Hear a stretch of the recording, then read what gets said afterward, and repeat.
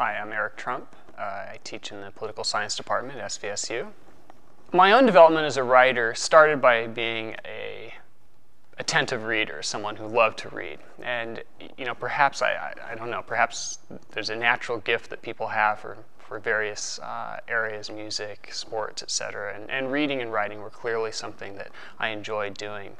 On the other hand, writing college-level papers is not a skill that you can learn from reading great literature, necessarily. I credit much of my eventual skill as a writer to some fundamental lessons that I learned from my speech teacher in high school.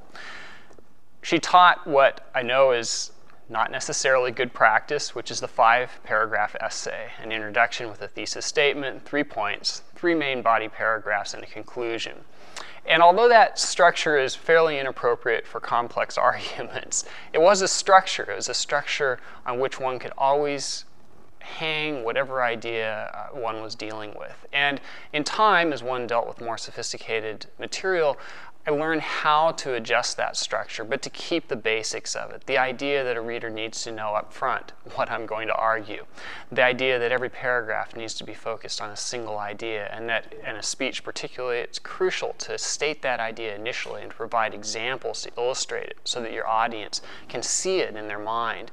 And I think that that connection between the oral qualities of writing, of speech, the intersections between speech and writing, really helped me as a writer. And I suspect that most writers, as George Orwell would argue, most effective writers, really create words that create pictures in the reader's mind. And so that dimension of writing is something that I certainly use to develop my skills over time.